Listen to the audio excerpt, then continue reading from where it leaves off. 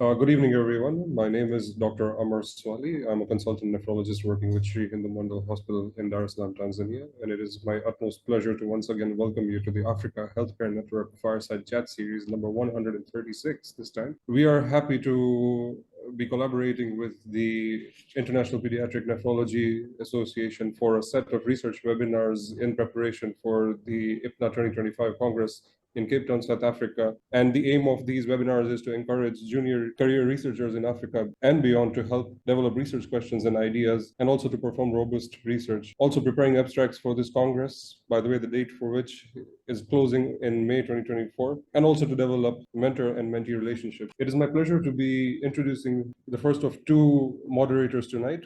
The first being Professor Karen Peterson. She is an adjunct professor and is the head of the Division of Pediatric Nephrology at the Chris Hani Bargonath Academic Hospital and the academic head of the division at the University of Witwatersrand. In addition to her clinical and academic role as a pediatric nephrologist, Professor Peterson is also involved in undergraduate and postgraduate training, and also including the MMed and the MSc program. Her interests are acute kidney injury, peritoneal dialysis, vasculitis, and posterior urethral valves. With her tonight is Dr. Judith Aujo, and Dr. Aujo is a pediatric nephrologist working at the Department of Pediatrics and Childhood at the Mulago National Referral Hospital in Kampala, Uganda, and also at the Makerere University. She heads the pediatric nephrology service at the hospital. She did her two-year subspecialty training in pediatric nephrology from the University of Cape Town at the Red Cross Children's Hospital in South Africa. She attained her Masters of Pediatrics training from the Makerere University in Uganda, and she's involved in basic clinical research at her renal unit. Her long-term goal is to promote early detection of kidney disease in children in Uganda and is currently involved in training clinicians on early recognition and management of AKI.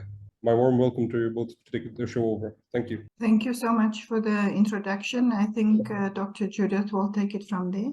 Thank you, Amar, for the kind introduction. And good evening, everyone. Greetings from Uganda, 7 o'clock now. And I'm privileged to introduce our distinguished speaker tonight, Prof. Valerie Luyckx. She's a South African, but she's a scientific officer at the Department of Public and Global Health, Epidemiology and Biostatistics at the University of Zurich. She's also an associate lecturer in the Renal Division at Brigham and Women's Hospital, Harvard Medical School in Boston. She's an honorary associate professor, Department of Pediatrics and Child Health at the University of Cape Town. She's also the chair, Advocacy Working Group at the ISN, and she does consultants work for WHO in the Health Ethics and Governance Unit. She has very many publications, and she's mentored very many researchers, and even some of us who are upcoming researchers. Thank you very much, and welcome Prof. Valerie to speak to us. Thank you very much, Judith. And I don't think you are upcoming researcher. You are a fully fledged researcher with your paper in review and everything. It's fantastic. And I'm just humbled to see all the people on this call, you know, whose papers I've actually read and quoted so many times. So, and I will just launch now into the presentation, which is going to be about research ethics, thinking again about these IPNA abstracts, but also hopefully just research in general. So I don't really have any disclosures, and you just heard that I've been involved in a couple of activities with ethics, and so it's definitely one of my interests. What I will be trying to cover over the next maybe 45 minutes or so is the importance of research ethics, reminding us all about the principles of research ethics, and then some ethical questions that may be specific to certain study types.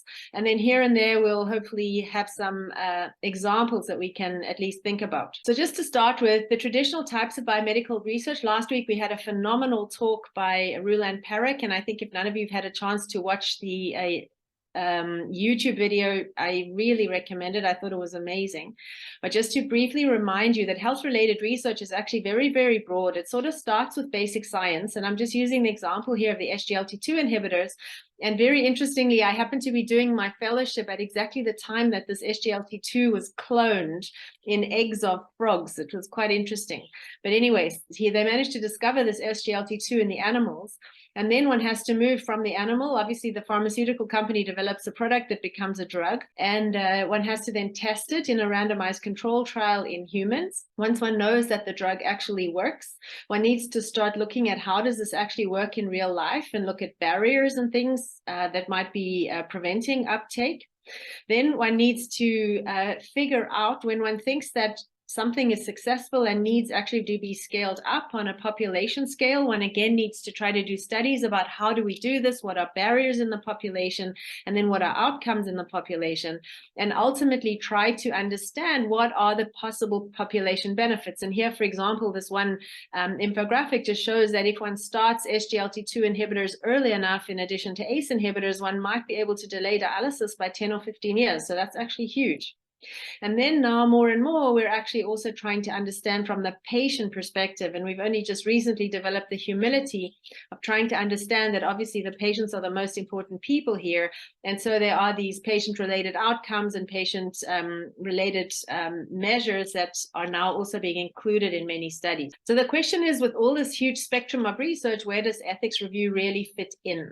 So in general, one comes up with a research idea, and we heard that from Peter Norris the other day. How does one try to come up with a research idea? You develop a draft research protocol, thinking about all the things that Rulan mentioned last week. And then ideally, you want to send your protocol for scientific review, so get some people that you think are actually experts on the topic who can give you ideas just about the science. Are you doing it as rigorously as possible? Have you thought about the right controls and things like that? And then once you think your protocol is sort of in a state in which it could actually be implemented, then you need to send it for ethics review, where the ethics committee will actually look at it from the ethical perspective. And that's what we're going to be discussing a little bit more. And then you have your final protocol, and you can submit for funding, or you can go ahead. The biggest issue is that a lot of people think that this ethics review is really just a checklist that you have to get past, and then you can get on with your work. But the bottom line is that ethics actually should be in your minds from the first beginning of this arrow right to when you're actually implementing, and even after your study.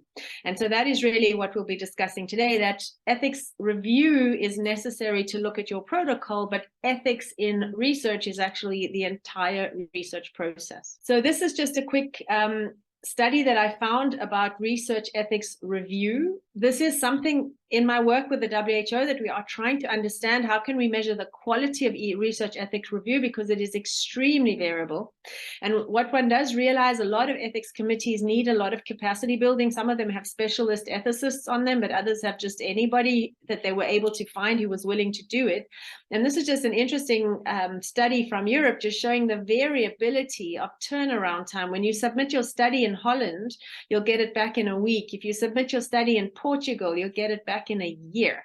So, you know, these enormous differences are big challenges for people doing research. And so now I'm going to turn over to Gertrude Mollet, who is a senior resident in pediatrics in Tanzania, working with Professor Francis Buria. And she's just going to tell us about a couple of ethics questions that we would like you all to think about. And this is really ethics in practice, because if you might remember, sort of, I think 2 weeks ago or so, we were just discussing this idea of ethics review of research in this form. And so we just thought, why don't we think about putting together a study? And Prof. Francis then got in touch, and Gertrude was interested. And so you will be our first research subjects in this little WhatsApp survey, and Gertrude will explain to you, because she's going to be leading this study. So go ahead, Gertrude. Thank you very much, Prof. Valerie. People can see you, or you want to stay on your... Maybe just for a minute during introduction, but I'm afraid of the bandwidth. But yes, hi everyone, and allow me to. And thank you for a kind introduction, Prof. Valerie. So to everyone, I'll be sending a few questions with regard to availability of ethic review board in your countries, or where you are, and how long does it take for you to obtain an ethical review after you submit your protocol? How much does it cost? And whether you feel that the reviewer's comment once received are reasonable, and that the board had the capacity to adequately review your protocol. So I'm going to share these on WhatsApp. It's a poll. Please just click on one of the answers. And at the end of Prof. Valerie's presentation, I'll be back to present the result that we'll have had. I think that's it from me for now, Prof. Great, thank you so much. And so I think, it almost seems like a game here, but I think it could actually be quite interesting and could even mature into a paper, and definitely into an abstract for IPNA. So, just as also a little example to show that one doesn't have to have a huge, big, massive research enterprise. And here, obviously, anyone who answers the WhatsApp is participating in the study. Because we're not asking about patients, we don't really need active consent, but we'll discuss that a little bit more right now. So to start with, if we think about doing a research study, we want to think, what is the ethical justification for research? And then what are the responsibilities that come with doing research? So first of all, the ethical justification is really that one should really only be doing research that has social or scientific value. Just doing things out of curiosity with no real value is not really always ethically justifiable. And then when one does want to do a study, there are actually responsibilities that come with this. The very primary one is to have respect for the participants' rights and welfare. We need to make sure that as researchers, we actually have the appropriate skills, or we find appropriate people to support us so that the research is done well. We then need to disseminate our research findings. And here, I think we will discuss this a little bit later in the series of webinars, but I think we do need to try to disseminate even negative things. And then there should be public accountability, especially if funding is coming from public agencies. But also, if something has social and scientific value, we owe it to the public and the people who participated to tell them what actually happened. So there is also, in clinical trials, there are handbooks about good clinical practice, and many different institutions have their own handbooks. And this good clinical practice is really about how do you prepare a good clinical trial. And the first thing they always suggest after writing the protocol is the institutional review board. And they often have rules for how sponsors and investigators need to behave. One has obviously to develop the protocol. There are essential documents that are required about the protocol, and then there are various investigators' brochures. Here is a link for one particular example, but I think if you are going to be doing a clinical trial, you may have access to one of these specifically, whoever you will be doing the trial with. So now briefly, why is ethics review needed? And the first thing, as mentioned, is to safeguard the health and the well-being of participants who are taking part in the research. One wants to ensure that research complies with the international ethical review requirements. And the ethical issues in health research are becoming more complex and are often transcending national borders and national regulations. And so this is important then that, for example, if there's a study coming from overseas, your local committee should also be reviewing it to make sure that it is appropriate also for the local context, because people at Harvard or London or Germany cannot decide what's good for Tanzania or Uganda. And we want to also reflect the highest ethical standards in our research so that people reading our studies will be able to see, what might be good research practice, but also the people who work with us and the patients understand that as well. So just very, very briefly, I'm going to rush through these slides because they're quite busy, but just to give you an idea of why research ethics even developed. And the bottom line is it developed because people were doing extremely unethical studies. So in Canada, very early, they were enrolling Indigenous children in TB vaccine studies without consent. There was this very famous Tuskegee syphilis study in the United States where they followed African-American men for 40 years without treating them for syphilis, despite the fact that treatment was available, because they were trying to understand what the natural history of the disease was.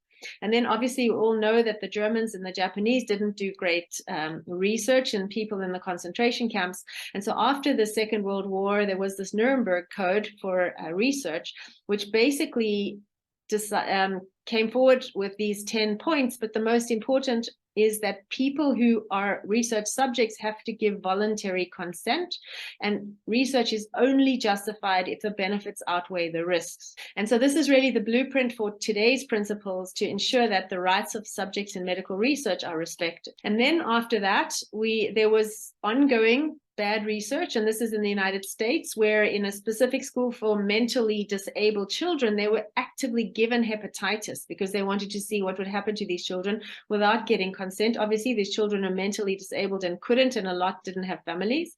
And so then in 1964 came this Helsinki Declaration that you've probably all heard of. And this basically says there must be scientific requirements and there need to be official research proposals in order to do a study. And these need to be reviewed by research ethics committees studies because they realize that researchers themselves, if they're left without any checks and balances, are not always doing the most ethical things. So then after that came also the Belmont report from the United States, and that's really where we get the principles that we all know now in clinical medicine, but also in research. The first is respecting the person in terms of autonomy and protection. The second is beneficence, or doing good, which also means not doing harm and maximizing benefits.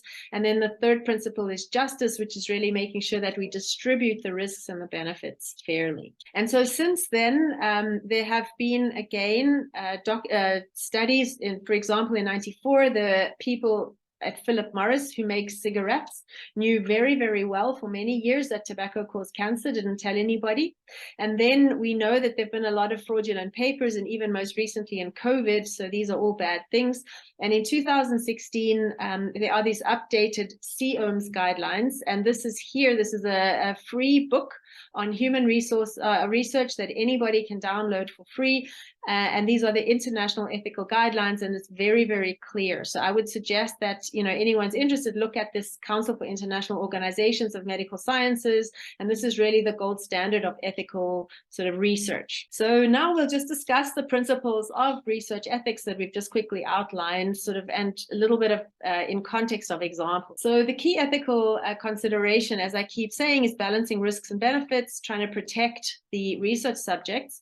So if one's planning a study and thinking about a study, one has to think who's potentially going to benefit, who's potentially at risk, and is there actually a benefit? And if it's really a randomized controlled trial where a certain patient is swallowing a tablet, that person might be the beneficiary, and that person themselves may be exposed to risk.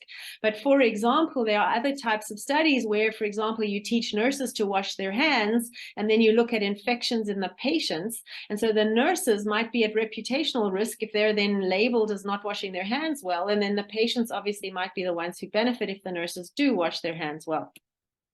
We then need to uphold participant autonomy, so need to make sure that we explain very, very well and clearly. The problem in a study sometimes is who should give consent. If it's an entire district that's being randomized to a certain type of water purification, one may not be able to go house to house and ask consent, but in theory, one should at least inform the district that a study is happening. But in general, if one's doing a study on individuals, as we tend to do in our hospital every day, then we need to figure out who should and give consent.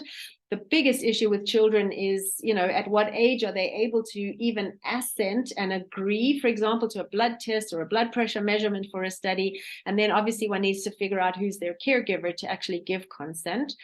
And then again, different levels of research participants. For example, in the earlier example, you know, you're getting the nurses are being trained about hand washing, so they need to give consent, but also the patients need to give consent because you're going to get data from them about infections.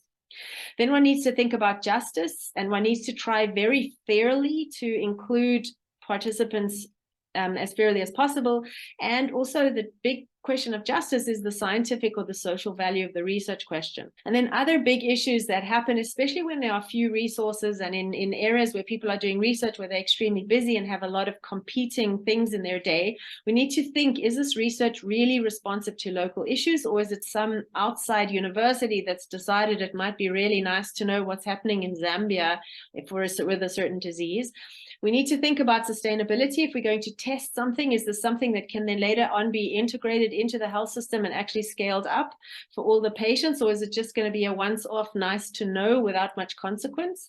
We need to be careful about standard of care. We're going to discuss that, and a little bit about empowerment. So one of the big issues with these ethics principles, though, and we realize this every single day in the hospital, is it's never one principle that really clearly wins. The principles often have conflict, so benefit and risk. Obviously, in every study, one has to weigh this up.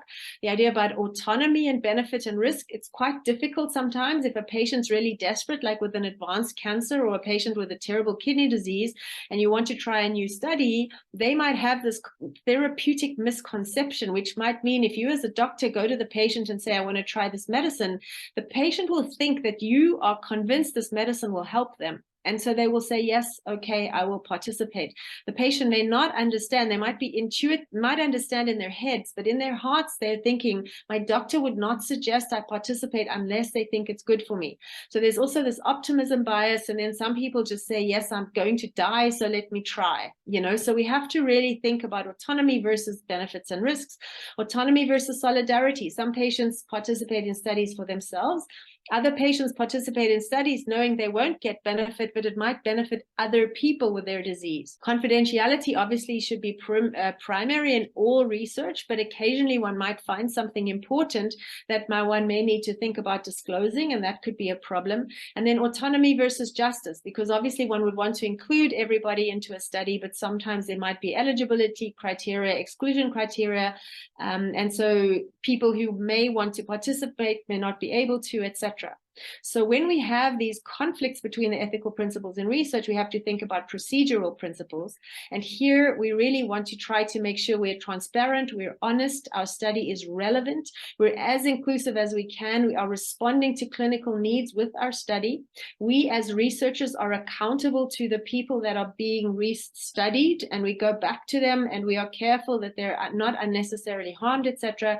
We need to ensure as fair participation as possible. And as I said, also sustainability. We don't want to test a drug in a poor community just because it's easy, and then the drug's now only going to be available to the rich people who can pay for it. So now just quickly going back, we're going to go a little bit more in detail. So in terms of good clinical practice, we have to think the investigators need to behave as ethical researchers, and there needs to be ethics in the research design and conduct.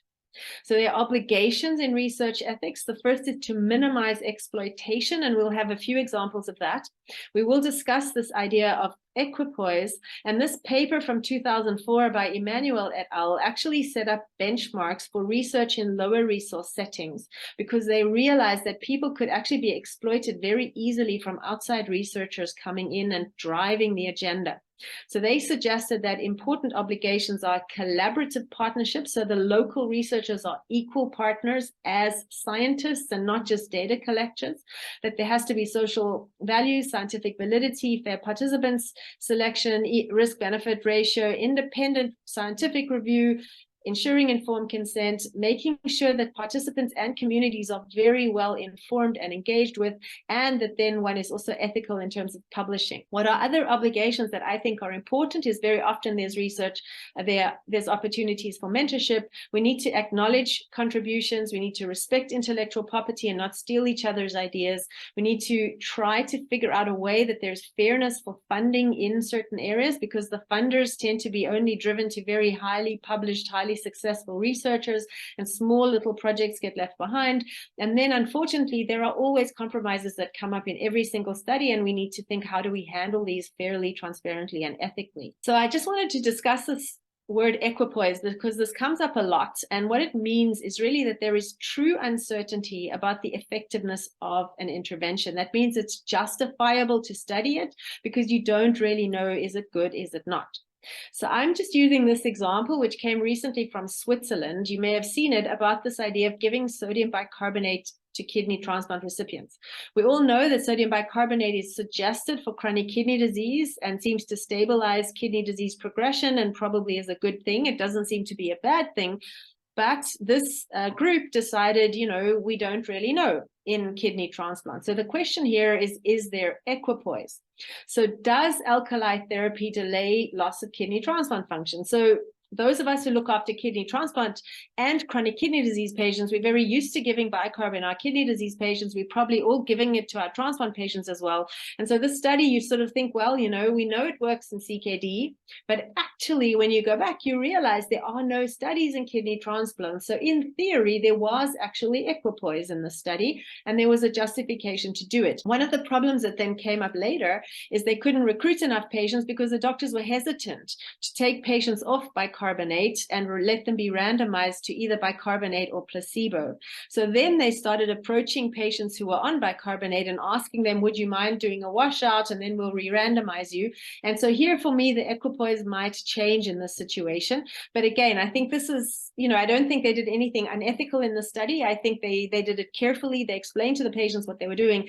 But I find it just interesting that when you come to actually stopping a drug that a patient might be on, even if you know it's not necessarily proven, but you think it's not harmful and it could help, I'm not so sure that's exactly the same as starting someone on a drug that they've never been on before. Another question that often comes up in research is, what is research and what is quality improvement? And is ethics approval required if it's only quality improvement? And we all know that quality improvement should be part of our normal daily activity in hospitals to make sure that we're actually delivering the quality care that we want to. So for example, there may be service delivery. We want to monitor uptake of an influenza vaccine in the CKD clinic. This is important for day-to-day running, but it could also be a research question, because we might need to then figure out if all the patients are declining, why are they declining?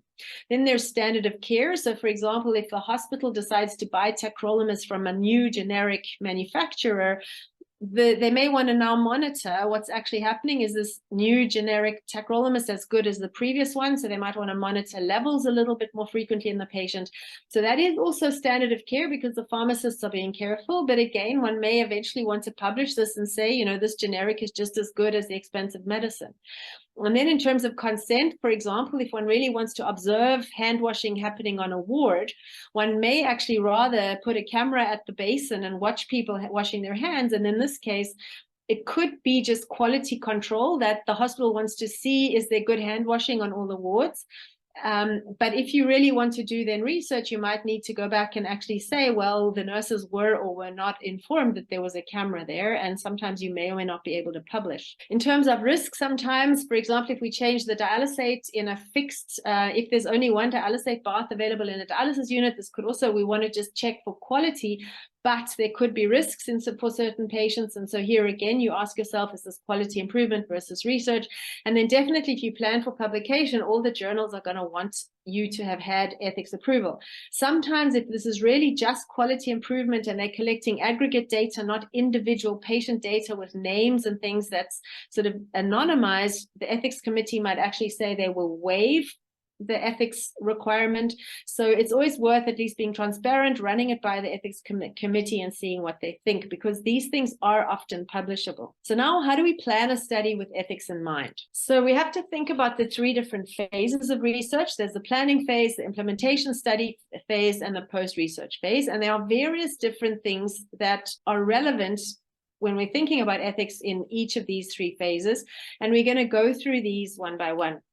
So if we start with the planning phase, very important, we already discussed this, is the sound scientific rationale. Should the study be done at all? Are there the necessary resources? Is it affordable? Is it sustainable? And hopefully it's not going to take resources away, because sometimes in lower resource settings, if we suddenly do a study and expect the usual doctors or nurses to start documenting things and fill out research forms, this might actually impact care for their other patients in the clinic. So we really need to think about this. We need to know, is this a proof of concept study, or do we already have some prior data? Is the clinical problem that one wants to study a real priority?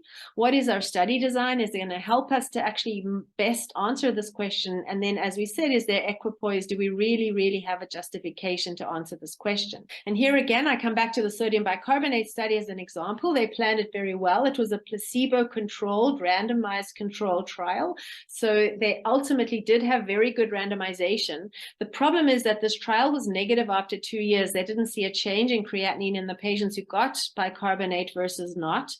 But even when you speak to the researchers, they say, well, 2 years is too short to really be able to tell.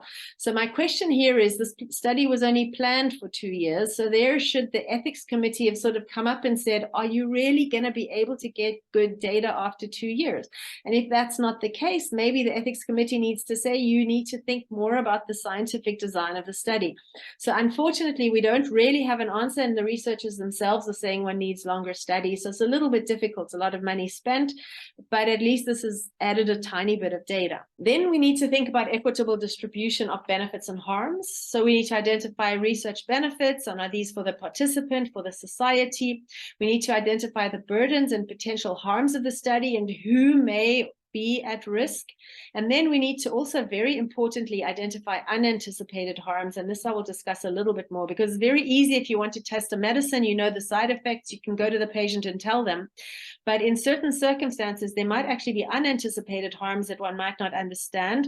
And one really needs to think about that, if possible, ahead of time. So now very briefly, just to discuss, for example, potential benefits in a randomized control trial. So we would always have then an intervention group that gets the active drug, let's say. And this should potentially be beneficial to the individual. The risk should be minimized for that individual. So you don't want to give a medication to someone who you know might be allergic, and possibly, hopefully, also a benefit to society.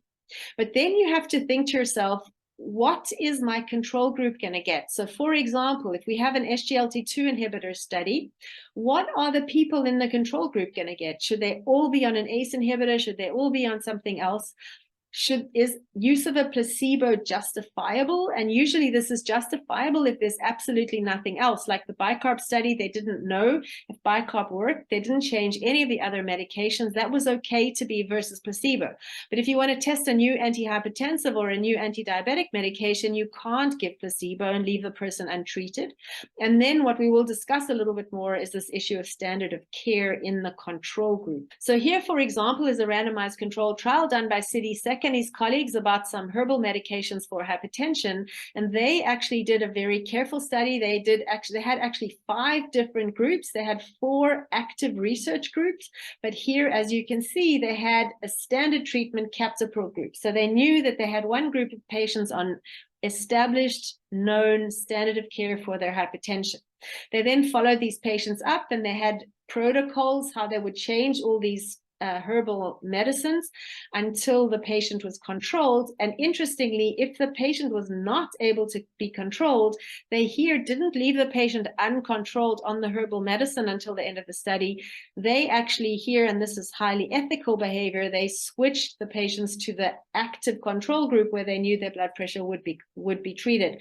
So this is a typical of a study that was well planned, well randomized, etc., but they did have an ethical backup so that the patients randomized to these agents that they didn't know in ahead of time if they would work or not were actually going to be covered. If these agents didn't work, they would be moved to the active, the usual known successful treatment. So now just briefly a little bit about standard of care in research. So the question here is, what care should be provided to the control group of a study? So usual care is usually whatever the baseline care is in that particular area. But here, for example, if we suddenly now want to do an SGLT2 inhibitor study in a primary care clinic where people are not usually being screened for chronic kidney disease, so there's no really protocol to manage chronic kidney disease, all of a sudden maybe AstraZeneca or somebody comes in and wants to do the study, you have to think to yourself, yes, great, they're going to give us the SGLT2 inhibitor, but we definitely can't leave the other people untreated. So what are we going to do? And if we have what is available in our pharmacy, some of the pharmacies and primary care clinics change the antihypertensive drugs every week. So in such a study, we would really want to think the standard of care here should really be ACE inhibitor. And so we need to be very sure that for every week, we have for every patient in the control arm access to an ACE inhibitor. And this needs to be sort of absolute, because here we really know that these patients would be harmed if they were not on an ACE inhibitor at least. And those then in the active arm should be on SGLT2 plus ACE inhibitor ideally, but really to put SGLT2 versus placebo today in a patient with chronic kidney disease is not ethically acceptable. And so again, the clinical equipoise is again important because we know that SGLT2 inhibitors work. So the question is it even justifiable now in Ghana to do a study with SGLT2 inhibitors? But what we might want to know is, we think, for example, the side effects might be different of urine infections or leg infections. So maybe it is worth doing in a place that doesn't have maybe as advanced foot care as the places where these drugs have been studied before. The important thing is researchers should not take advantage of existing poor standard of care to make their research a bit more efficient and do it cheaply. And this is an example you might all be aware of. In COVID, there was a huge outcry because some French researcher basically said, well, why don't we just test vaccines and masks in Africa, because they don't have anything anyway. So we've got perfect control group with nothing, and we'll really know if masking and vaccination works. Thank goodness this was not allowed and there was an outcry, but this really just shows you this person was thinking there's the perfect no care, so why don't we use that as our standard of care? And that's really unethical. So here, I think I'm just going to run through this quickly just because of time, but basically just quickly, research is unethical really if there is a known standard of care. One needs to really force the funders to come up with decent standard of care for the control arm. So then when we're thinking about potential risks, there's risk to the individual participant, there might be risk to populations, and we need to monitor risk throughout the study, because we'll come again to this idea of unanticipated harm, but we need to monitor because we might come up against harms or barriers that we hadn't thought about at the beginning of the study, and we then might need to actually rejig and rethink how do we fix this problem because we think people might be being harmed. So in terms of the participant, we need to think about the whole study. We need to also think about social and financial harms for possible participation. And then sometimes, for example, if we do studies on HIV and there's a special clinic on a Tuesday where the research is happening, patients might be stigmatized if everybody knows they're going to do research on a Tuesday. People are going to somehow know they've all got HIV. So one needs to be very careful. One needs to think about risks to groups and populations and avoid unnecessary interventions. One needs to be careful to exclude participants who might be at increased risk. And then I'll give you a little bit of an example where there might actually sometimes be harm to researchers themselves or to the health system, because there might be reputational risk if you do a study and you suddenly realize something really not good is happening or the standard of care is not great in a certain hospital. And then ideally you have these data safety monitoring boards. You should have stop criteria and definitely safeguards that are in your protocol right up front. In order to avoid harm and to be able to anticipate harm, one needs to think about the concept of vulnerability. These are often people who need extra protection. These are typically thought to be elderly or people who can't make decisions for themselves, or children, but there are also over-researched populations like in Latin America, Southeast Asia. The CKDU populations are just being researched over and over and over and again. And also dialysis patients are a little bit of a captive audience. And in some places, there's 5 or 6 studies going on in every single dialysis unit. So each patient is belonging to multiple studies. So this is over-researching, and this is not ideal. Then in terms of research risks, there's this concept of minimal risk, which is basically meaning, would participation in a study be about the same as the risk that we live in our normal daily lives, like crossing the road or going to the supermarket? And in that case, if the research risk is that small, sometimes the ethics committee can actually waive approval or waive at least needing to do a whole ethics review. And this is very often what happens when we want to do retrospective anonymous looking back at data in a hospital. There's not really any risk to most of the participants, depending on the research question. So this is not always a universal principle, but in general, if you want to go back and look at anonymized data, as long as when you report the data, there's not some outlier with some extremely rare disease in a certain community that everybody could then identify, usually that's okay, and the ethics committee will often waive needing to get informed consent from all the patients. And here is an example of such a study. This was by Professor Lengani, who I believe passed away in the last week, very sadly. He was definitely one of the leaders in a lot of this type of research. And here he did an excellent study very early on in Burkina Faso, where they looked over 2 years in 121 patients. What were their outcomes in acute kidney injury? And so this study, they really went back to the hospital records. It was anonymized. You couldn't tell anything about the patients. And so here they didn't really need research ethics to review this study. A lot of people ask, what about anonymous online surveys? And that's what Gertrude has just sent you on WhatsApp. And usually, unless you're asking specific individual personalized data, the person doesn't have to answer if they don't want to participate. So anyone who answers and sends you an answer, you presume is consent. But if you're asking an anonymous survey about sexual behavior or something, this might be something a little bit more delicate, and you probably will need to get proper ethical clearance. Now we come to this issue of identifying non-obvious risks or benefits of research. And so this really requires meaningful engagement with the community. And this is often why when foreigners come to do research in a local area, they really just don't even have an idea what potential harms could be. And very typical non-obvious harms are things like cultural or religious harms. There might be issues with gender. There might be issues with pregnancy in certain communities. So women may or may not be allowed to come to clinic without their husbands and various things like that. You may not be able, women may themselves not be allowed in their communities to make, to give consent, etc. And then one must also not only think about non-obvious harms, but also undue benefits. So they've done a lot of studies by giving taxi vouchers to get women to deliver safely. And I'm thinking if one wanted to do a taxi voucher study to try to get people to come into transplant clinic and have follow-up, the point is here that the taxi drivers are the one who's actually getting the benefit here, because the patient's getting a voucher, can use the voucher to get to the clinic, which is great benefit for the patient. But you might actually totally destabilize the local taxi industry. And the taxis might suddenly start raising their prices because they know that these rich researchers from America are paying taxi fare.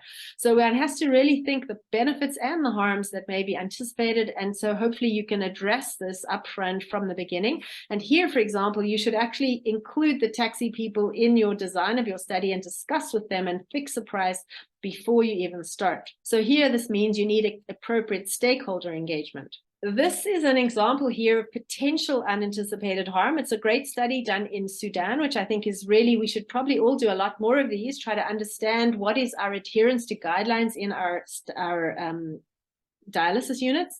And here they actually did get ethical approval. They sent these surveys to all the dialysis units and asked them were they adhering to anemia protocols and blood pressure protocols, etc. So it was really great. And they actually found that people were not adhering that much to the guidelines. The problem is they had a table there and they actually listed the names of the units and showed in each unit how much they were adhering. So the question for me there is, could there be potential reputational harm? So here the study itself was not unethical at all. They did a great job, but maybe their reporting and actually listing units by name would not be great, because if a patient saw that, they might want to rather go to a unit where there's actually better adherence to guidelines. So one really needs to think about who can be harmed, who needs to be engaged, who can benefit. And this is the whole idea of community engagement, which should happen before a study. And I think a lot of people like H3 Africa sounds like it's done phenomenal community engagement, and Ifeoma might be able to discuss that a little bit. But you really need to decide who, when, where, what, with whom, how often. Often you might need to go back to the community multiple times if it's a big study. So just think about how do you engage the community so they understand what you're doing and they understand, they agree that it's an important study, and then they're willing to participate. This is just an example of where I think community engagement could have helped a little bit more. This is the MyTemp study done in Canada, where they reduced dialysate temperature in the hope that patients' blood pressures would be stable. So each patient was on dialysate that was actually colder than their own temperature. So the study was negative. They didn't find a benefit in terms of preventing hypotension. But interestingly, they state there that when they asked the patients after the study, the patients said we were intolerably cold during the study. And the study went for 4 years. And what I wonder is, any of us who knows that when we've ever dropped the dialysate temperature, the patient has always been freezing and wants blankets and jackets and all sorts of things. So here, if they'd asked the patients ahead of time, would you be willing to participate in us dropping the temperature of the dialysate in the entire dialysis unit for 4 years, the patients may not have said yes. And the patients may have told them, you need to think about another study design. So here they didn't engage with the patients, and they only realized at the end of the study that they should have. Incentives are a big issue. We need to be very careful that we're not coercing people, that people are not agreeing to participate just because they're going to get a packet of sugar. But we also need to be very fair in terms of research and actually reimburse transport costs, loss of earnings, etc. So this is something one really needs to think about, what is ethical when one's planning a study. We also need to think while we're doing a study about the data handling. we need to, at the beginning, also decide data ownership. Often when outside universities are doing studies in third countries, they think they own the data, but the bottom line is, I think the local investigators should be the ones owning the data. We need to make very sure that the data is kept private and confidential and all these things. And in an ethics application, one of the biggest things they may actually fault you on is how are you handling the data. So you need to be very, very clear about how you're going to collect the data, de-anonymize or anonymize, and how you're going to store the data so that nobody can get to it who doesn't need to have access. And then ultimately, sometimes there are ethical issues with data reuse. For example, genetic analyses or something, if somebody wants to use it for another study, this might need to have a whole new ethics review. So now quickly into the research phase, we're going to discuss informed consent. We all know this. Patients need to know everything about what's going to be done. They need to be assured that it's going to be confidential, who they can contact if they have questions. They also need to have the option to opt out if they want to. And they should always get a sheet or pictures or some video or something that's going to really explain it to them in a language and a style that they can understand. And if it's a consent form, they need to also be able to understand this, but in some places actually signing a form, people will not be comfortable. So you may need to think you can get oral or recorded consent rather than written consent. And I think we need to be humble. This is a study that showed, several weeks after getting informed consent, that even in developed countries, but a lot also in developing countries, there was a huge variability amongst the people who'd signed consent, what they understood about the purpose of the study and what they understood about, for example, this process of randomization. So we're not always that great at explaining, and just because someone has signed a paper doesn't always mean they've understood. So there are barriers to obtaining consent, and this I think we all know: culture, context, language, etc. We need to be careful not to use big words, and we need to be very careful with vulnerable populations that we don't just presume that they are going to agree. And then we come to the principle of justice, which is this issue of fairness. And here we need to be fair in terms of participant selection, appropriate standards of care, as we've discussed, and I'll just very briefly touch on ancillary care. But in terms of fairness, we need to think this goes both ways, because this is a quote from a patient, an African-American patient in the US, who says, "Why am I in such a demand as a research subject when nobody wants me as a patient?"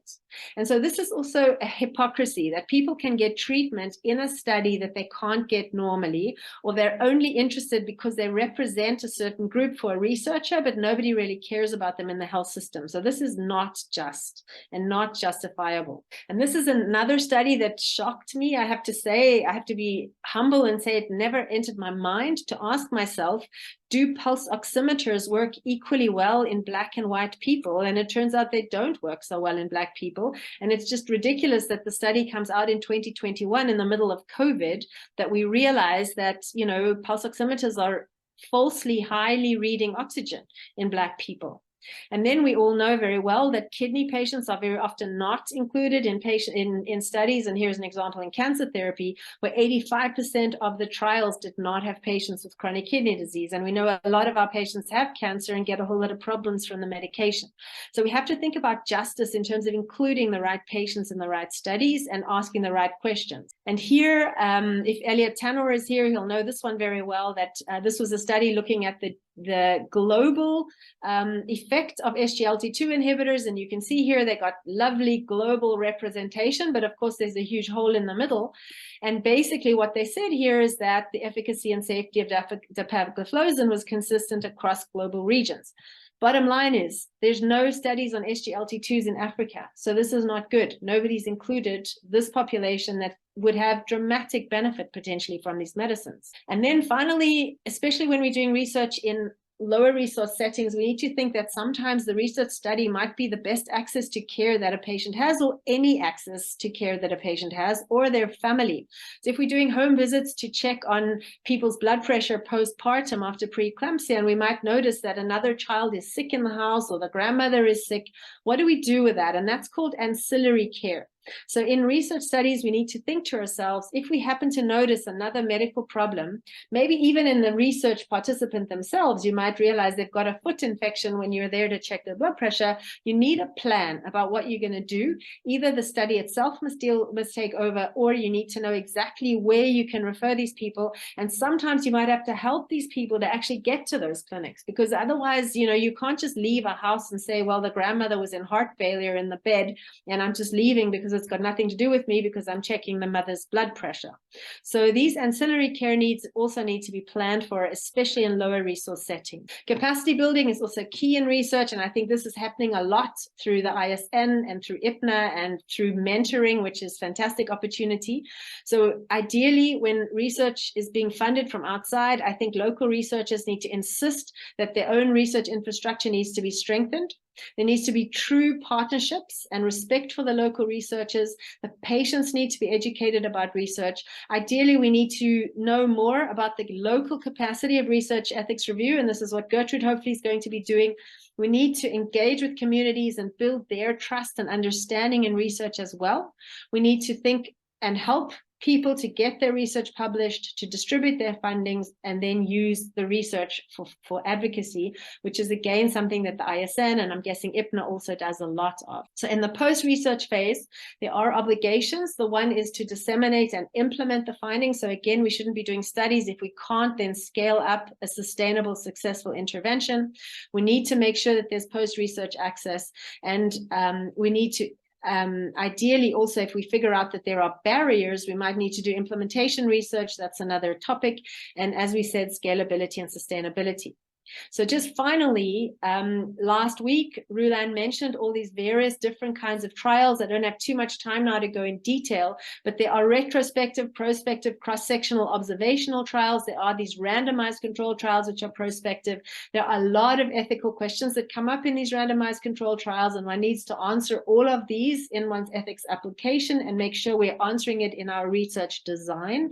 And then all these other study designs also have questions. Sometimes, as we said, a case study usually now does require consent from the patient. If we're doing a retrospective study, we may not need to have individual consent.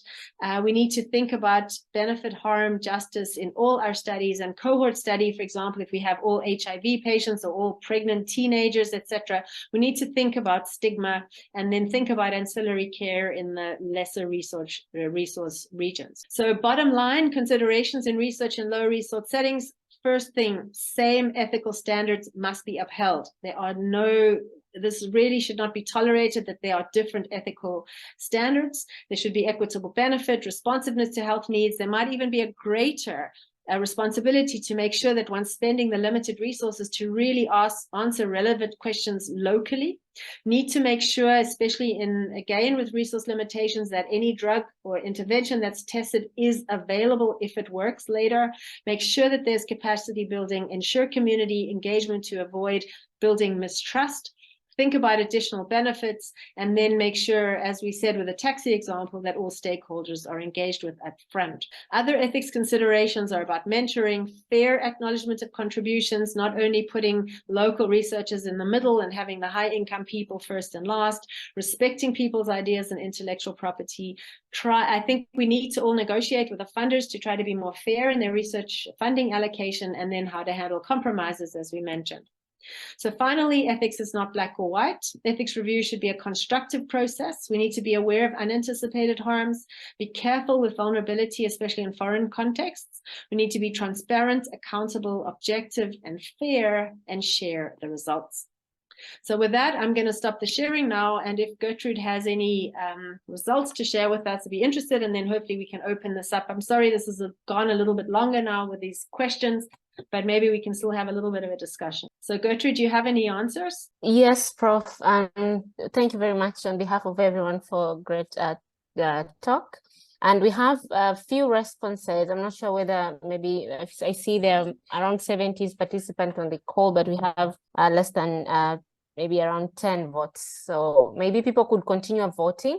But so far, all people who have voted have said that there is local research ethics committee in their country, and the duration that it normally takes is between 1 to 3 months for all of them who have voted. and the cost is usually less than $100. All who have voted, except one who commented that it depends whether it is foreign funded or locally funded. So it is cheaper if it's locally funded, which is around $100 to $500, and more than $1,000 if it's foreign funded. And of the 5 voters for the last question of whether they feel that the reviewers' comment once obtained are reasonable, 4 of them said yes, but there is a participant who said they feel like no. Maybe we should have also had a question of maybe not always. But then this will be followed up by a detailed survey and maybe we could use Zoom itself for ongoing polls while a talk is continuing to increase our participation. But that's what we have so far, Prof. Over back to you. Perfect. Thank you so much, Gertrude, and thank you so much for everybody for answering. That's great. Thank you. So over to you, Karen. Thank you. Thanks. We just want to say thank you to Professor Luyckx for such a interesting and stimulating talk, very informative. And just to remind us that ethics is not just a checklist in doing research. We should be thinking about it at every process, step of the process. And I was interested in your comment about participation bias in patients, because they do trust us intrinsically and often unconditionally. And maybe I'll start off with a few questions. I don't know, Judith, are you able to look at the questions while I start with the first questions? My first question would be regarding the types of research, right? If we're thinking to get topics for the IPNA conference, which is the deadline for abstract submission is, as we've been informed, May next year. What types of studies should we be looking at to get that, to really get our abstracts in time? No, I think that's a great question. And I think, if it's going to take 1 to 3 months to get ethics, if it takes a month, then maybe that's okay. But if it's going to take 3 months, it's going to take quite a long time, So I think this is why it's always good to plan ahead. But I think for me, often if you can, if you have some sort of records that you can go back, very often the ethics committee can actually do an expedited review. And sometimes there's a checkbox on the ethics committee application form, and that they can often do very quickly. They don't need a proper formal meeting, where they need to discuss it. And there, for example, if you do have some sort of data collection in your unit, you could go back and look at the last, 50 patients that had something and what's happened to them. Or, you could do a quick sort of cross-sectional. If you could get ethics very quickly, you could do a quick cross-sectional in your clinic and just say, on any given day, how many children's blood pressures are controlled, or, I don't know what sort of data is available in your areas, but I'm thinking these sort of chart review things are a little bit easier to do, because often one needs a little, one should always run it by the ethics committee, but very often we'll get a waiver quite quickly. So my feeling is those are probably the easiest on short term. Others are surveys to your colleagues, for example, where, if you're not asking specifically about patients, if somebody wants to ask about adherence to guidelines, maybe with pediatric nephrotic syndrome or something like that, one could send a little survey to people and ask them, what are they doing, or, things like that. So that doesn't necessarily need ethics if it's sort of an anonymous survey where you might just want to know what town the person's from without asking exactly their unit, because then they could be identifiable. Other types of research studies are sort of maybe doing little reviews from the literature where you wouldn't need ethics. But I think in terms of the clinic, other things that I've often thought about is like, going to the pharmacy in your clinic, in your little hospital, and just looking, on a given day, how many shelves are empty, how many shelves are full, have they, what medications are available, or over a month, because I know in some clinics, for adults at least, you have access to different antihypertensive every week. So these kind of things, wouldn't really need too much in terms of ethics approval, most likely, because it's not really to do with a patient. You couldn't really point a finger at your clinic later on, but, it would be interesting just to say, there's this huge variability in medication available, or and that's so important, because you want your research to be you want to do translational research where you'd be able to apply or make changes based on your findings. So to report that perhaps to the hospital management or to the department to change things. So it sounds like an observational retrospective study is perhaps the best thing to do. And then the duration, I mean, I think the protocol development takes quite a while. And after that, going through ethics for 2 or 3 months, we really need to start cracking now if we're going to be submitting abstracts. But it's different in different countries, as you say. I have a question on the webinar chat, if you don't mind, if I can ask that question. It's a question, I can't see the name. I think it says Anil's Galaxy. Yes, Anil's Galaxy. I have a question of the validity of individual informed consent in a low literacy communities and when the people do not have a clear understanding due to differences in worldview. And I think you touched on that in one of your talks. Would you like to comment? Yeah, I think that's a huge issue, and I think we need more studies on this, but this would definitely require, ethics approval to go back to the patients. I once came across a study, and I can't remember exactly where it was. I think it was in Haiti, and they did it after that earthquake, where there was a lot of destabilization, and people speak French, and there were a whole lot of people coming from outside speaking all sorts of languages, and they realized they were trying to get patients into a study, and they did the usual informed consent where they spoke to the patients and the people signed. And then 2 weeks later, they gave them a little test and pretty much everyone failed the test. So they hadn't understood anything about what they signed. And then like a week later, a nurse delivered like a talk with flip charts and things instead of presenting the patient with 4 pages that they may not have been able to read. And after this nurse flip chart consent, they went back after 2 weeks, and then 60-80% of the people had actually understood what was going on with the study. So I think this type of thing would be wonderful to do in local environments. And I think that would need consent, because obviously you're going to a specific patient, but I think it would be really interesting to try to distribute consent in different ways, and also, as you said, with different cultures, you would need probably a nurse from that specific community to go there and talk, because also you need trust, Right.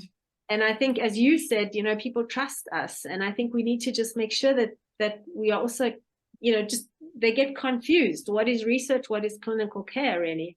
And that happens in all, even high income settings. And sometimes consenting is a process, right? It's educating and going back. It's not just a once off, so that patients understand.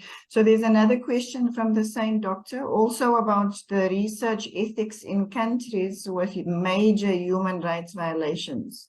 Yeah, that's a huge problem. A tough one. Yeah, no, that's a huge problem. And I think even, for example, the research in emergencies is now becoming a topic, because like suddenly in COVID or Ebola, they had to try to use vaccines that they'd never used before. So but I think in countries with human rights violations, it's very, very difficult, because there you probably will come up with a whole lot more ancillary findings. You will probably find a lot more people with a lot more needs, or you might find research participants who have no food, or research participants, women who are being beaten up or raped or whatever, and it's got nothing to do with your research study, and you're going to be stuck there with this ethical dilemma. What do I do? And often, I think NGOs like MSF sometimes is stuck with these problems because they don't know what to do. So I think that's a huge problem. And I think ideally, if one really does do a study in such settings, and starts to realize there's a problem, I think one has to go to, I don't know, Amnesty International, find some bigger organization to help, or the WHO or something like that. But I think exactly that people are highly, highly vulnerable in these situations. So you really have to think about all the potential harms. And I know that, for example, with the WHO, they were doing a lot of research studies on iPads, because in Syria, for example, there's this long civil war for 11 years. They have no psychiatrists. And so they don't know how to deliver psychotherapy to all these massively stressed and distressed people. So they're trying all these things on iPads, to give people psychotherapy. But I mean, that's tough, if somebody says I'm suicidal, what are you going to do, Yeah. Thanks so much for that. I think before we go to the next question, I see Prof. Ifeoma's hand is up. Are we able to Thank you so much for a great talk and good interaction. Nice questions. Thank you for mentioning HC Africa, the community engagement aspect of it. We've actually finished that study, but we are yet to publish. The whole idea of the study was to find out. We actually interviewed all the stakeholders, like the investigators, the biobanks, the ethics committee, and the patients, of course. And we used the mixed methods, like we had FDGs and in-depth interviews and all that to get what we needed to get. The results are not out, but I'm sure they'll be quite interesting. The other thing I liked you mentioned was concerning the was it AstraZeneca? The DAPA-CKD. I keep showing that slide. It is just PAC, Africa. No patient was recruited in Africa. None. Zip recruited in Africa. And yet, of course, the drug will be used in Africa. So I keep repeating myself everywhere I have the opportunity to say that Africa must be included. We must be included in these trials. So thank you for the opportunity to, comment. I totally agree. And you're obviously one of the big, main leaders, having done so many phenomenal studies. But for me, I think what was incredible with H3 Africa is, that people trusted you to do biopsies, to take genetic studies, and in the past, everybody was like, nobody will do that. So it really shows me that you gain so much trust of these participants. And I think that's, that's also because it's local researchers, right? In general. Yes. Because it's local researchers. So they kind of know us, they kind of trust us in the different areas. The community engagement is just one arm of it. I think we have up to how many arms? About 6 arms. So in due time, all the results will come out, and we'll have a lot of fantastic output and to show the world. Yeah. Thanks so much, Prof. I think when you discuss the principles of justice, children are often not included in drug trials, and we extrapolate from adult studies, and African populations are not included, and that is not just, especially in the drug trials, because we may have different pharmacogenomics, right?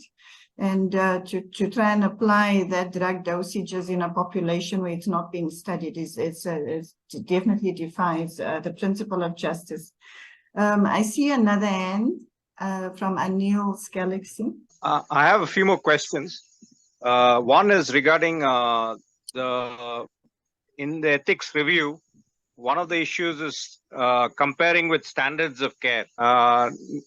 In many communities where they don't have access to basic care, and you're looking for alternatives which are cheaper or may not be as effective, how do you cross this barrier when it comes to ethics clearance? Yeah, so I think that's where there's a value of having a local ethics clearance rather than, an ethics clearance in New York, because in New York, they're going to say, well, the standard of care is what's in New York.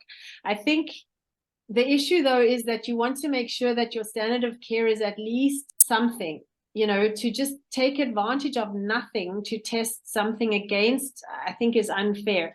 So the suggestions, and a lot of this has come up in the ethics of implementation research, which is being pushed now, because implementation research is really not so much discovering new treatments, but it's more taking a treatment that we know and trying to figure out how do we exactly in the community you described, introduce it with all the barriers and the low resources and the stretched healthcare workers and the people not being able to afford the co-payments and whatever. So I think there, if it's, let's say, a drug trial that some company is funding, one might need to say, you need to provide ACE inhibitors for everybody with CKD, and then we will give SGLT2 inhibitors to, a selection, or, every third patient or something. So there you would really want to try to be very transparent and objective in your inclusion criteria. But quite often, ethics approval is not given if the standard of care is terrible. And I've seen this at the WHO, where they do have insight about, the local circumstances.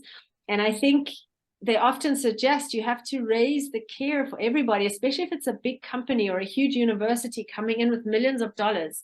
It's not excusable that they just say, well, you know, everyone's dying from malaria here, so, you know, we'll be able to help 10% of them enrolling on our study. That's just not right, you know. So they should then decide, okay, we want to test these nets, but we want to, this is, I think, was also part of the problem in South Africa with the condoms for HIV, you know, and the HIV treatments. They were kind of saying, yes, access to HIV treatment, but they were not telling people that, you know, when you want to study if the HIV treatment is actually working, you sort of just vaguely tell people to use a condom, but not really make sure that they're using a condom, you know, and there's a lot of ethical problems with that. So I agree with you. It's very, very difficult. And I think it's probably depends on the actual study, the actual context, but if possible, you would want to make sure that the standard of care is elevated to some degree. And, you know, sometimes as a researcher, you might have to first fix that and then decide to go on and ask more fancy questions. Because, you know, it may be that you have to educate the nurses to do something basic, or educate the doctors, give them some sort of resources to do something basic, and then everyone's care is better, and then you can do your study. But, you know, you should engage then with the Ministry of Health, I would say, you know, for that, or the local sort of health decision makers. Yeah, no, I just want to give you a specific example. Yeah. For example, the use of arsenic in AML. When the research was done more than a decade ago, all the European standards declared that arsenic is too dangerous and the benefit is not adequate.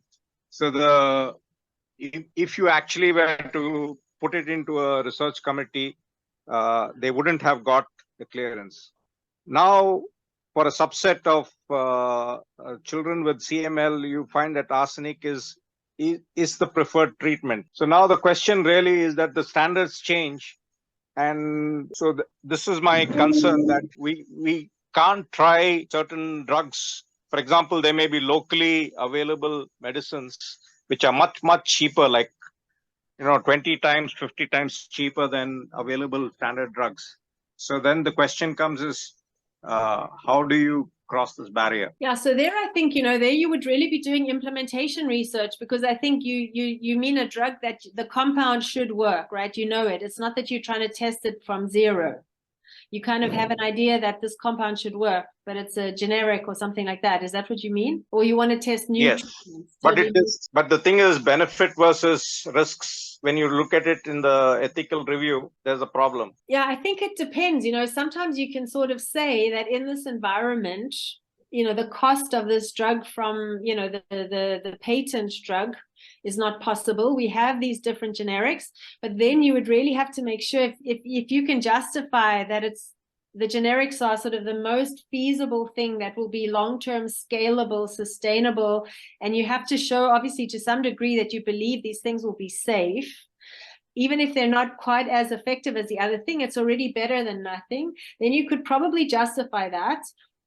But you would have to then also build in very good monitoring to make sure there is no harm, you know? So I think these things are justifiable if you have a reasonable reason to say that this drug would work, and you know that it's impossible that the fancy drug is going to ever become sustainable in this environment.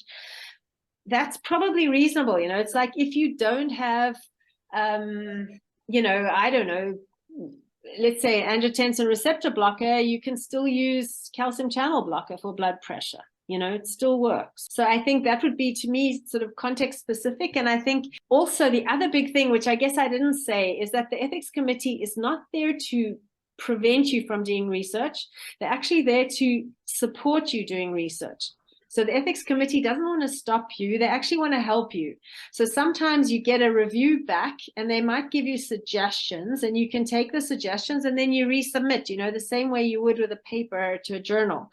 So I think that's the other thing I didn't think of stressing enough, but I think in general, the research committees are there to help the researchers, and they're not just there to be a barrier. A lot of people think they're a barrier, but you know, they can help you. If you go to them with this question, they can then maybe advise you how best in your local environment to actually set up a safe study. Thanks so much. I think there's another question But I don't know, Dr. Anil, I think it's from you as well. Do you want to pose your last question about AI, or shall I read it from the chat? I think You it can was read it. from Anil's Galaxy again, the one about AI, Yes, thanks, Julie. about the person who has just asked. Yeah, I can see What that. is the ethics? Ethics. Yeah, go ahead. What is the ethics of using AI in the research process, in proposal development and research analysis? And maybe I would also just like to add on mine. You did mention that if you do surveys, for example, for colleagues or how they are following practices, for example, you don't need, I don't know whether I had you right, that you don't need ethics clearance. What about if you intend to publish that information? So I think it's not so much that you won't need ethics clearance, but I think you can probably ask for an expedited review or a waiver of ethics clearance. So, you know, it usually just goes faster. And then in your methods, you would write, you know, we got a waiver of ethics clearance. It depends. If it's really something that's like really, like we did a study where we were asking people how difficult it was to get SGLT2 inhibitors. That didn't really need ethics clearance because, you know, it was just asking people how much of their day they're wasting writing letters to the insurance company to try to get an SGLT2 inhibitor. You know, the ethics risk of that question was small and the people could refuse, you know, they didn't have to answer the survey. I think, you know, so it will depend on your question. But I think artificial intelligence can be something very, very good. But, you know, this is an enormous topic of ethics controversy at the moment, because as we know, Google and Apple and, you know, our supermarkets and our banks and everybody is like gathering data on us all the time. And they're selling our data sometimes, you know, to places or insurance companies and, you know, in America, whatever. So people kind of now have these databases where they know where you live. And they know that a lot of people smoke in that area. And so they are going to make you pay more for your health insurance because they're going to presume that you smoke in that area, you know, and you're going to have a higher risk of lung cancer. So the use of artificial intelligence really needs to be more discussed. In terms of research, it can actually be very effective because sometimes you can gather data, you know, huge amounts of data, you know, all this big data that people are collecting now, you know, the global burden of disease and all that, that's partly using artificial intelligence because it's these enormous databases that they can then crunch. In hospitals, for example, they're using AI, I think, to monitor like urine output in patients with acute kidney injury as like prediction of AKI and things like that. So these types of things, it's worth it. I think in terms of analysis, I would imagine that if you've got a computer doing the analysis, you always want a person kind of supervising and checking, you know, you probably would have to program this thing as to what you want your analysis. And then I think there's also Chat GPT, and people have been asking, can Chat GPT then write the paper? And there, I really think I would advise against that. So I think AI, you know, we need, it's going to hopefully be a great tool, but I think we need to better understand, because the privacy and the confidentiality and then the labeling of people, the risk, kind of the stigmatizing people unjustly is quite high. I don't know. And I think with ChatGPT, it's not advisable for proposal development because it might give fake information, right? So you do need to check the AI. All right, thank you so much for that questions. I think there were maybe 2 points. I'm not sure you went fast. If I missed it, apologies if I did. 2 issues that I wanted maybe just comments on. For drug trials and clinical trials, right? Maybe if you can comment on patient medical protection. So say a child is enrolled in a drug trial, is in a public sector in our country, but they are based on poor resources, would not perhaps be offered ventilation, for example, for a serious adverse event.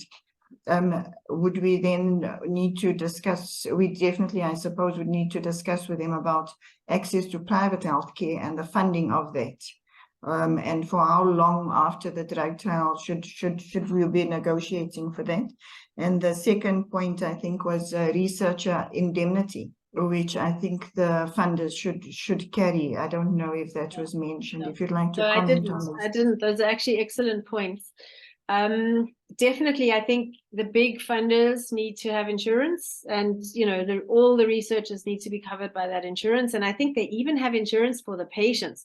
So I think like even WHO with all these COVID vaccines and things was paying enormous amounts in insurance. So I think there is that, but obviously costs a fortune. I think, in South Africa, it's just so hard, and in so many places, it's so hard when you think to yourself, you want to enroll a child in a trial that might actually be hugely beneficial, let's say some sort of immunosuppression for a glomerulonephritis, and then the poor child gets some sort of a pneumonia, and then is not eligible to be ventilated. I mean, that would be really tragic. And I think in this particular situation, that would really have to be discussed early. I think one would have to make sure one puts in place every potential protection against, pneumonia. But probably, if it is driven by outside, you would probably say the child would have to be ventilated like a child in America would be on this trial, because that's another thing that we didn't touch enough. But if you've got a multi-center trial in different parts of the world, a child in Johannesburg should get the same that a child in New York might get, or London might get, So there, I think one would really have to think, if this child's gets to this point, you don't necessarily want to take a ventilator away from the private sector if the child doesn't meet the eligibility criteria, but should be given a chance, I would say. But I think this is it's a very, very good point. And these are the unintended kind of harms or consequences that you have to think. And the other side, I remember I was at the WHO when they were discussing Ebola vaccine, and they didn't want to vaccinate any pregnant women because they had no idea what this vaccine would do to the fetus.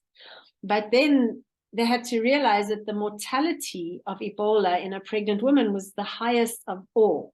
So if a pregnant woman got Ebola, she was pretty much definitely going to die, So there they had sort of the opposite question here, was more that, if you do nothing, she will definitely die if she gets Ebola.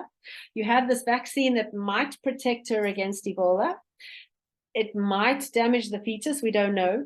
So what is the less harm there, And ultimately, the ethics committee decided that the least harm was to inform the pregnant woman and let her make a choice, understanding that we didn't know, But I think your question that if the child develops a complication, I think there has to be, there has to be a commitment from the funder to deal with that complication as they would deal with it elsewhere. Yeah, thank you. Thank you very much. Always difficult, often difficult questions to ask. And it's not always easy to negotiate that with the funders. Do you then walk away, Do you then say that if that's a non-negotiable aspect of the trial? Sometimes in clinic, just quickly, sometimes in the clinic, the surgeons, for example, refuse to operate on a patient who wants to be DNR or whatever, because they then say if they have a problem on the table and the patient doesn't want to go to ICU, then what, Yeah. So, I mean, we have that problem at least in adults. We have that problem in the clinic as well. Sometimes that you think a patient needs an operation, she's DNR, but the surgeon just won't touch them because they're like, what if then the person doesn't want to be resuscitated, and then I've actually almost killed this patient, Yeah. Thank you so much, Prof. Luyckx. I think I'm not sure how we're doing for time. Yeah, sorry, it was a bit long. Yeah.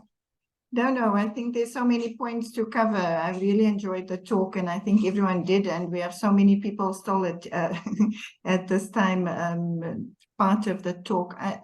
I think I'm very happy with this talk that we've had. I think that you've given us. Thank you so much. A lot of information for us. It is different in different countries, but if we remember that we're going to want to apply this to get our abstracts in for the IPNA conference, I think what great pointers you've given us, and especially the free online book. I think we should all try and find that and make sure that we bring in ethical principles right through the proposal and remember it when we do the data collection and analysis. Thank you very much. And maybe case reports, case reports, you just need informed consent from the patient. You may not need ethics approval, And so case reports are also interesting. Thanks so much. Dr. Lloyd and Dr. Amar, I think, are we closing off then, or any further comments? Thank you very much to all of you for such an engaging discussion. It was lovely to have all of you here, and we look forward to the fifth set of these webinars. With that, I'd like to just invite Dr. Lloyd to close out the talk with a vote of thanks. Dr. Lloyd. Thank you very much, Dr. Valerie. That is an excellent session and such interesting questions. And I really didn't find the time going. I mean, really time going. Thank you so much for it.